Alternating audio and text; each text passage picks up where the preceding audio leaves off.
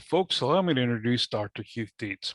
He is out of the University College of Cork, Ireland, which is kind of a really neat place. And I got to remember that's not UK. Ireland's distinct, and I keep that getting reminded.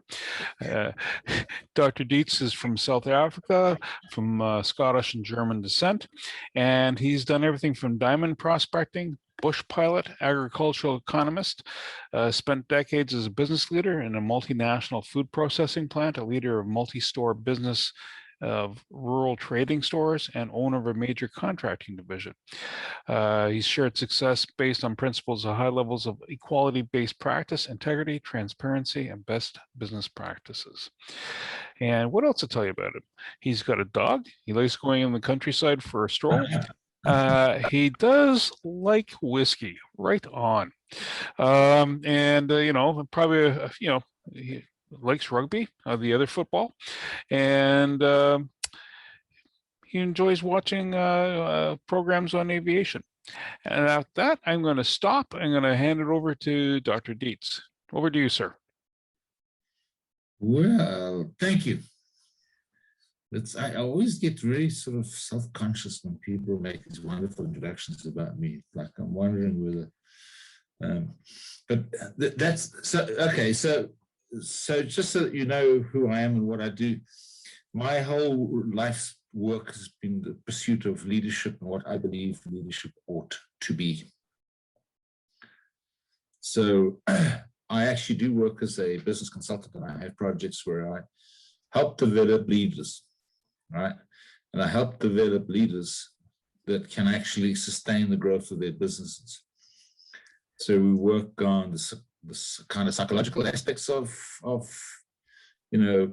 leaders and identifying leaders within organizations, and we actually run a program to actually develop them to the next level and beyond. That's the one thing that we do. The other thing that we do is we try and get people to interact, very much like what we're doing here, okay? Because organizational life can be pretty stoic, and it can be pretty top-down, and it can be pretty boxed in. So we come along and we break all those things down. So we try and get people to learn to talk to each other. We try and get bosses to become humans. And we try and get employers to see that their bosses are potentially their best customer. And we try and get the bosses to actually potentially understand that their employees are their best customers too. So we work the leadership angle hard. And then on top of that, what we also do is we were great believers in inclusion, where inclusion isn't what's the term that we use? Isn't just a buzzword, right? It's not just jargon, and it's not something that it's not just a popular term. It's an actual working aspiration that we have within organizations. And the whole idea of inclusion is that person feels that he is fulfilling. I heard somebody talk about the fulfilled life or fulfillment of our lives, that they are seen as partners, within the organization. It's a hard sell because a lot of the sort of big guys, don't seem to think that that's a very pretty proposition, because it's all about the hard sell and the numbers and the stockholders and all those dudes who are hanging out, with their fingers outstretched, and everybody at the bottom of the pile gets the crumbs and everybody at the top of the pile gets all the cash. Well, we've kind of inverted that whole thinking and said, but how about everybody shares in this, okay? So you can imagine that, they're not kicking my door down, but there are those that are, okay? The other thing that we do is we don't pay lip service to transparency either. We like to develop organizations where people who work within the companies, whether you're the floor sweeper or the CEO, have access to and visibility of how the business is performing, right? So that's another thing that we do. So we're rather an unusual crowd in the way that we go about our business. So, that, having said that, we also had this little pandemic-y thing arrive. to come and take our freedoms away from us, where we couldn't like sit in front of each other in boardrooms or around tables and have a good old natter and conversation about the well-being of our businesses and ourselves. So we then decided what we'll do is we'll start a series of workshops which we run every week for 6 weeks, and then we take a break from them. And they are called Leading in Uncertainty, because I think most of us are confronted with some kind of a challenge now, more so than ever, because we've been hooked in, or shut down or locked down or whatever it is. So we've been experimenting with it. So we've been running these workshops now for a year. And having run them for a year, they're constantly evolving. So what we do is we introduce certain topics around leadership and what it ought to be. We then also use McKinsey and Co. I don't know if you're aware of who they are. They're a well-known consultancy, US-based consultancy, and HBR, and we're looking at the latest thought leadership. We bring them into these groups, we introduce it. I try and get a word in edgeways, and I'm letting you know I'm saying more than I've ever said in my own workshops now, okay? They all look at me and I look at them and I say, right, into the breakout rooms. And then we go into the breakout rooms and we actually do follow a framework. The framework is that first person research, who I am, what my work is, what my dilemmas are.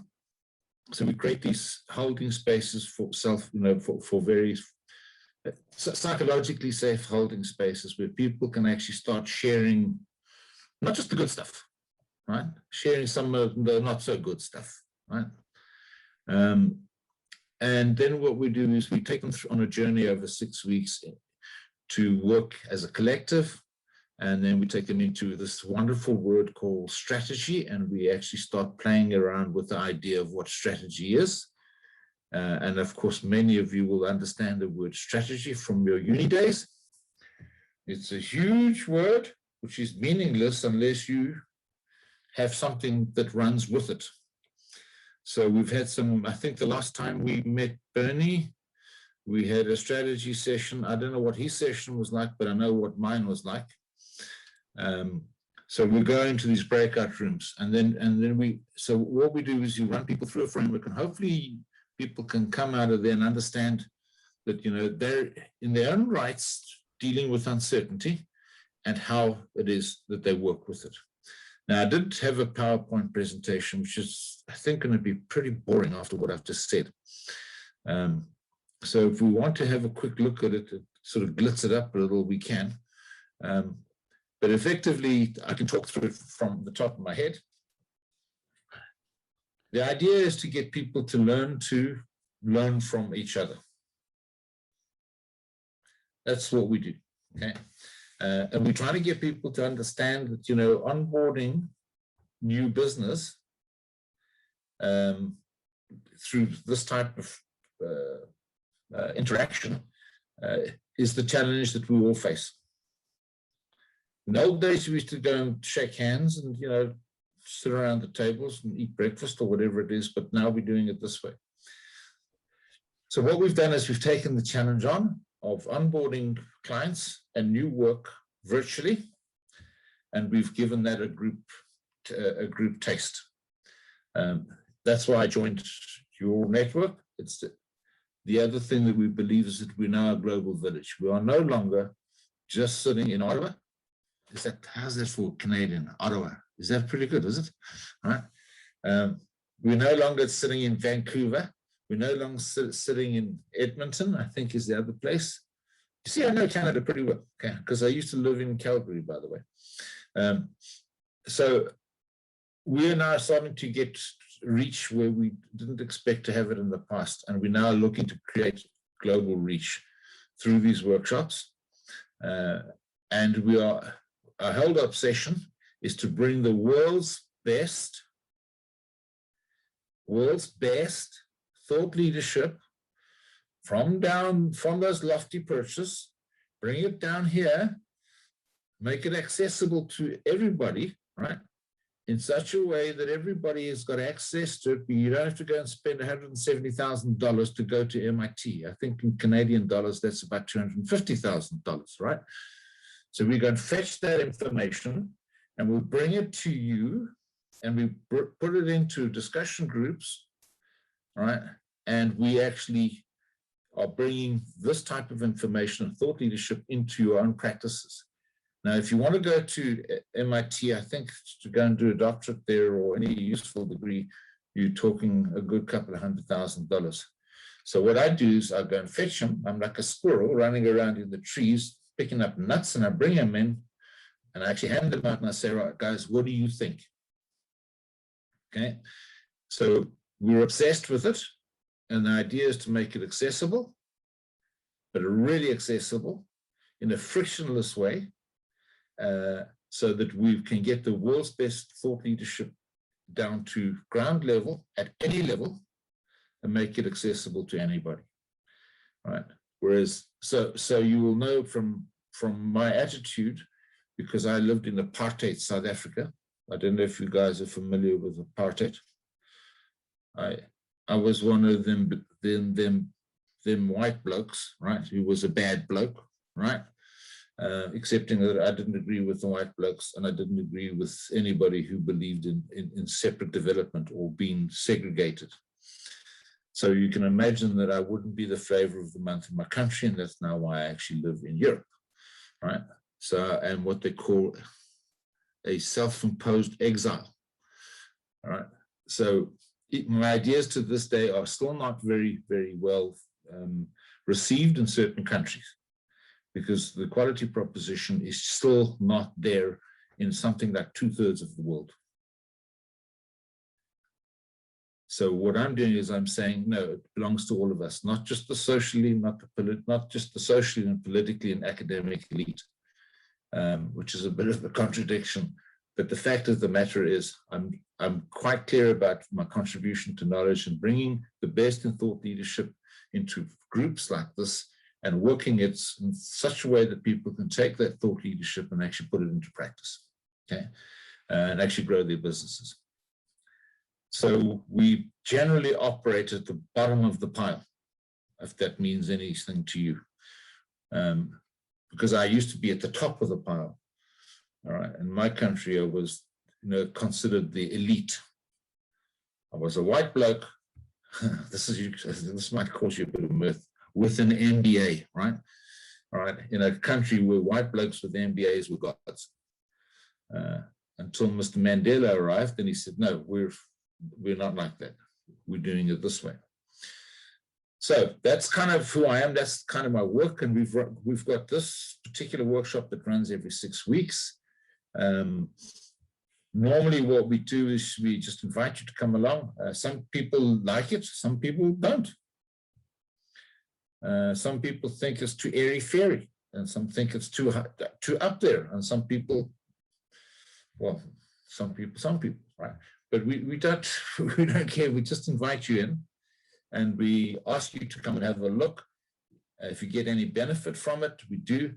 So just to let you know, they've been running for a year now, and they have produced something like close on 100 workshops now since the pandemic, and we've maybe put the best part of a couple of thousand people through them. And it's been fun.